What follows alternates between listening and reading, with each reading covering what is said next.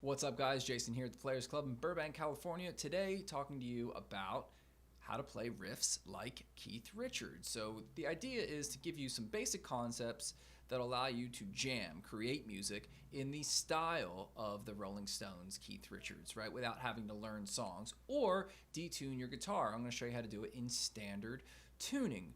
So what you heard me play there is two chords, really. It's a D chord and a C chord. So let's zoom in, I'll show you some ideas, and then we'll get right to it. Okay, so the first thing I'm going to do is take my index finger, I'm going to place it on the D string 7, and I'm going to bar it. So it's going to bar D, G, and B. My thumb will hook around the top, muting the E string. If you need to keep your thumb underneath, that's fine, but I hook around the top, and I strum. Now that's a D chord. It's coming from this D shape right here.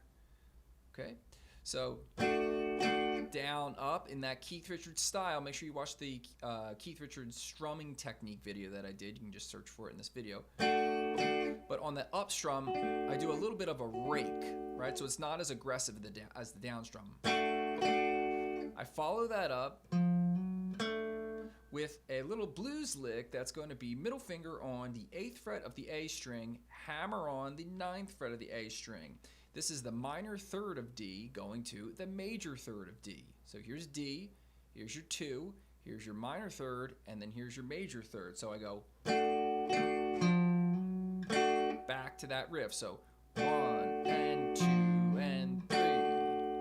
Then I follow that up with a muted strum. Okay, so I rest the heel of my hand on the strings and then kind of chuck it like that.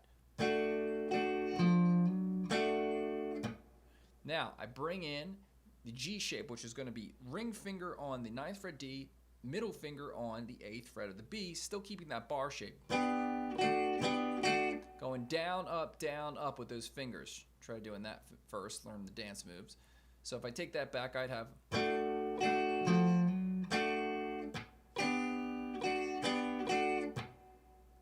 Now, I'm going to shift over to a C shape. So that's going to be 10D, 9G, and then 8B. Okay, now the C is the flat 7 of the D. This sounds pretty cool.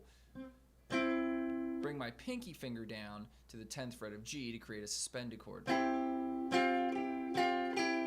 Right? And then back to the D. So if I put that together, I have.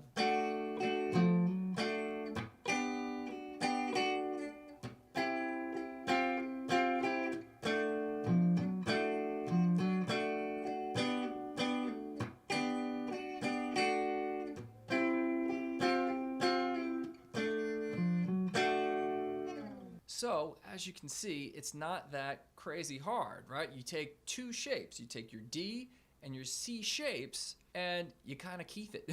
So you gotta keep it really loose. And then I throw in those little blues licks, right? So you could try this in any key. This is the great thing about guitars. You can move these shapes. So that was in D. If I wanted to play in C, guess what? Just go backwards a whole step.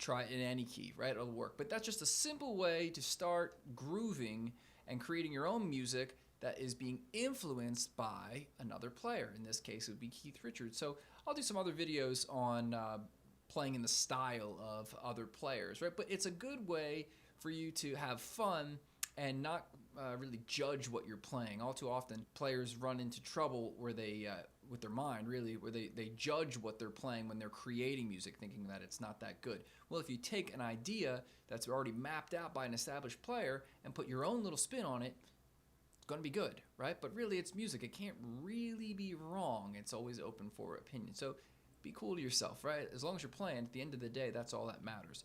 So I hope you like this video. If you guys are new to the channel, please go ahead and click the subscribe button, and then you definitely want to hit the bell so you know when new videos are coming out and all the alerts and other cool things we're going to be doing. Hopefully I'm going to start doing some live streams so you guys can throw some questions at me if you want. As always, thanks for watching. Appreciate it. Wherever you are, whenever you are.